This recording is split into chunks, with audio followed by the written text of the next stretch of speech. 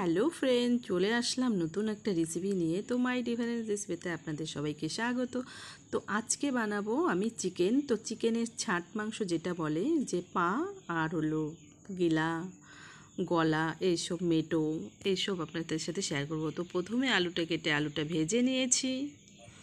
তো চিকেনের জন্য প্রথমে একটা মশলা তৈরি করে নিচ্ছি। তো ধইনা দিয়ে দিচ্ছি, গোটা ধইনা, আর জিরা এর মধ্যে দিয়ে দিচ্ছি। জিরা আর ধইনাটা ভেজে নামিয়ে নেব। এখানে নিয়ে নিয়েছি কাঁচা লঙ্কা, আদা, রসুন, পেঁয়াজ কুচি, টমেটো তো কেটে নিয়েছি।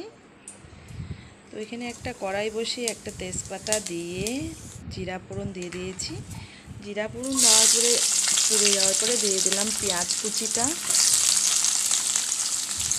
পেঁয়াজ কুচিটা একটু ভেজে নেব হালকা করে।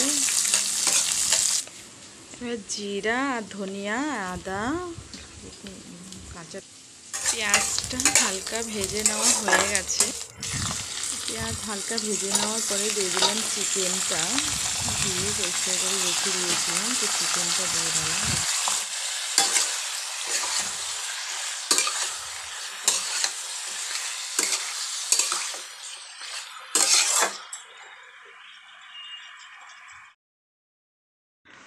দু তিন মিনিটের মতন হালকা চিকেনটাকে ভেজে নিলাম। নেওয়ার পরে হলুদের গুঁড়ো দিচ্ছি আর লবণ দিচ্ছি। লবণ দেওয়ার পরে হলুদের গুঁড়ো দেওয়ার পরে আর একটু নাড়াচাড়া করে ভেজে নেব 5 মিনিটের মতন।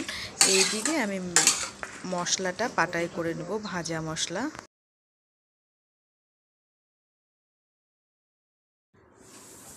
5 মিনিটের মতন হলুদ লবণ দিয়ে কষিয়ে নেওয়া হয়ে গেল ভাজা।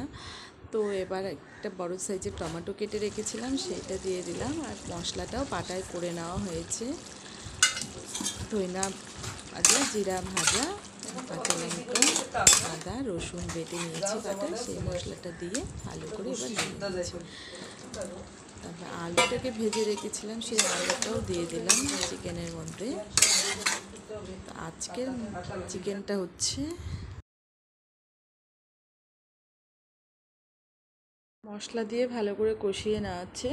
তো চিকেনটা আজকে একদমই আলাদাভাবে করছি, কোনো গুঁড়ো মশলা দিচ্ছি না, সব বেটেই দিয়েছি।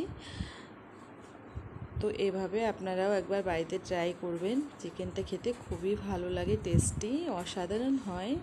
তো আপনারাও ট্রাই করবেন। আর এটা ছাট মাংস, এটা গলা, পা, গিলা, মেটো, এইসব মুরগির ছাট মাংসটা রান্না করে আপনাদের সাথে শেয়ার করলাম।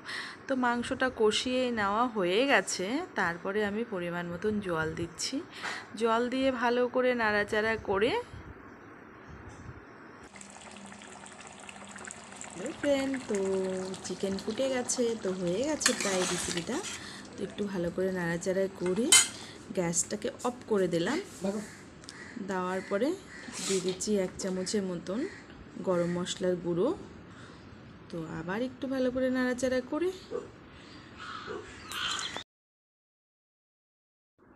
হ্যালো ফ্রেন্ড, তো কেমন লাগলো রেসিপিটা? অবশ্যই ভালো লাগলে একটা লাইক, সাবস্ক্রাইব করবেন। নিত্য নতুন ভিডিও দেখার জন্য প্লিজ চ্যানেলটাকে সাবস্ক্রাইব করে রাখবেন।